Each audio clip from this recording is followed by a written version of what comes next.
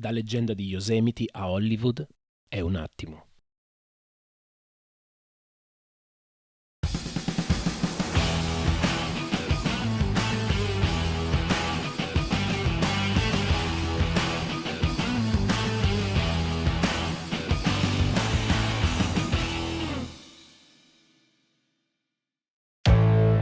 Ron Kauk è una delle leggende di Yosemite Valley e non solo, è un vero e proprio personaggio.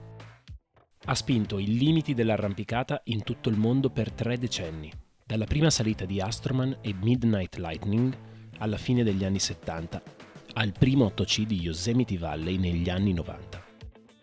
Concentrato e appassionato, è un vero minimalista, ben radicato sotto tutti gli aspetti.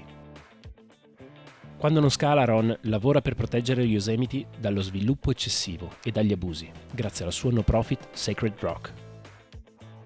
L'obiettivo è di avvicinare i giovani a Yosemite. Per me è importante ispirare le persone a uscire, scoprendo la natura, afferma. Mi piace chiedermi cosa li sta influenzando, cosa li porterà là fuori. Questo è ciò che mi interessa. A 14 anni, durante un viaggio scolastico di 20 giorni con lo zaino in spalla, si innamorò di Yosemite. Come biasimarlo. I suoi compagni volevano andare in bici e fare le solite attività. Lui invece preferiva calarsi in doppia. Per divertimento un signore fece una scommessa. Mise in palio un milkshake per chiunque fosse riuscito a salire in cima alla via. Ovviamente Ron accettò e vinse. And then at the end of that trip, they had a little climbing that was going on. Like there was a top rope on this crack. One of my track coaches was there. He's a pretty straight guy, but he made me a bet that I couldn't climb it for a milkshake. It just sounded so good to me, a milkshake out there. And somehow I was able to climb up it, And that was a little turning point. I don't know exactly what happened at that moment, but to this day it was kind of a little monumental turning point for me. Like maybe you could find a way of life.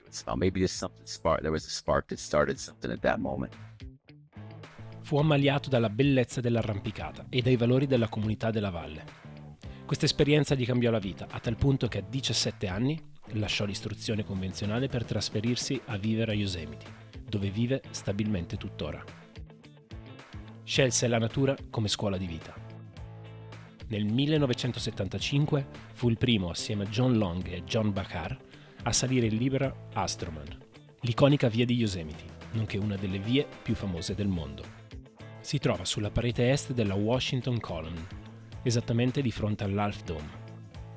Leggenda narra che fino a poco tempo fa i climber di Yosemite si dividevano in chi aveva scalato Astroman e tutti gli altri.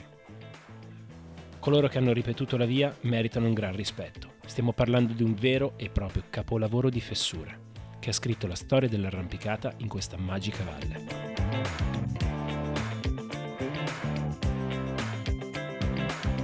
Maurizio Viglia, dopo averla ripetuta assieme a Rolando Larcher, commenta dicendo: non mi sento di cambiare i gradi dati da Kauk, Bachar e Long dopo la prima salita in libera.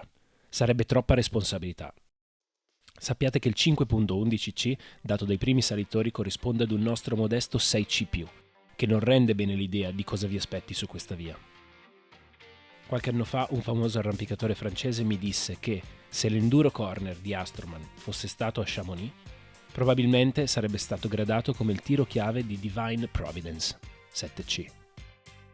Beh, certo sulla Washington Column non si è a 4.000 metri come su Divine Providence, ma forse è realistico pensare che su Astroman si incontrino diversi tiri che da noi sarebbero dei buoni 7A e 7B.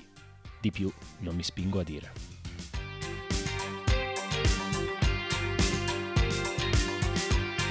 Kauk fu il primo a salire Midnight Lightning. Al tempo si pensava fosse un boulder impossibile, il secondo 7B+ al mondo, Hard V8, nel 1978.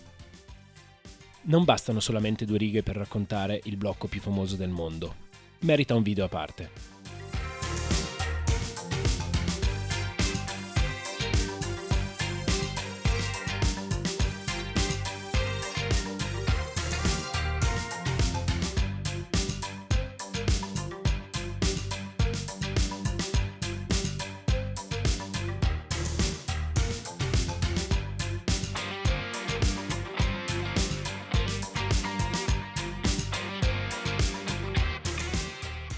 Sempre nel 1978 fece la prima salita in libera di Separate Reality, uno dei primi 7A+ al mondo, oltre ad essere una via simbolo dello Yosemite.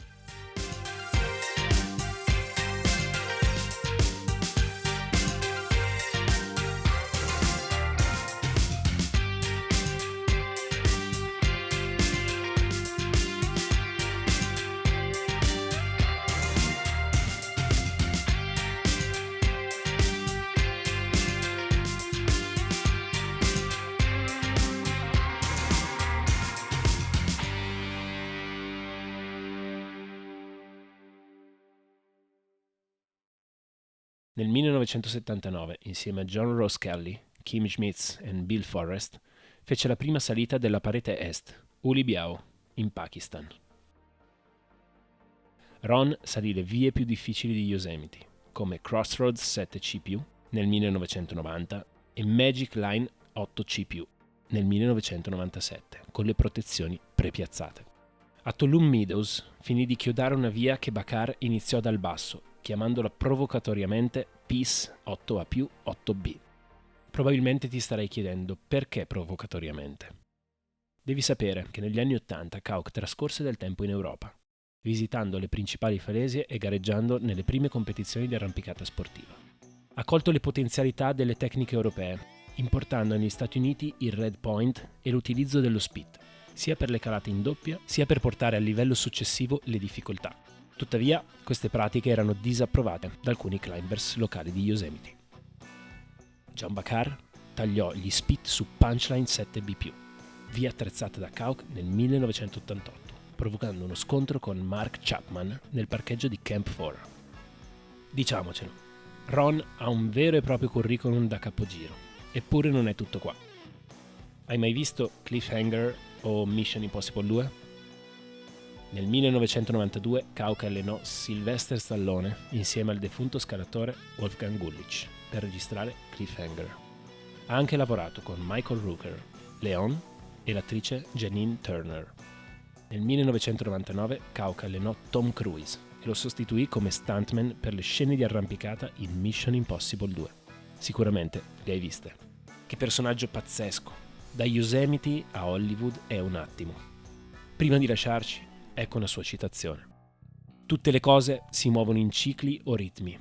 Scopriamo e riscopriamo noi stessi e l'ambiente che ci circonda. Viaggiamo per ampliare i nostri orizzonti al ritmo di ogni passo, condividendo idee e sogni. Some people might consider climbing to be a daredevil type of sport. And that's not really true after you've gained your experience and confidence. The fear factor is usually shut off. Like as soon as you start getting involved in your lead when you're on the rock, you're just so closed in and your concentration is so tight on the rock right in front of you that the fear is totally gone, I think, until maybe you fall. A lot of people may think that climbers may have kind of a death wish, the fact that you are riding the edge with life and death, but I personally don't have a death wish. All right.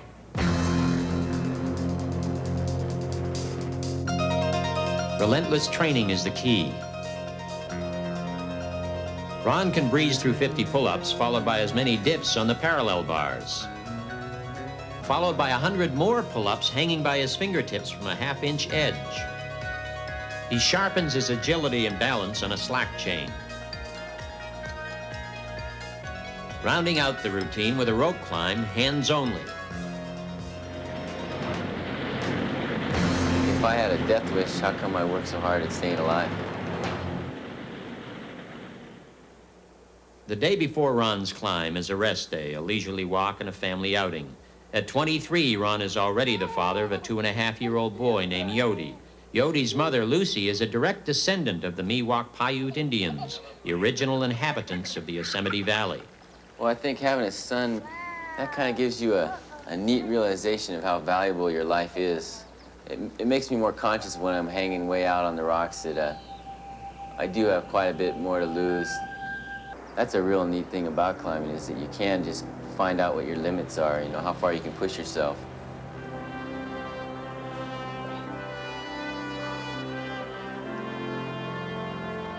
Off the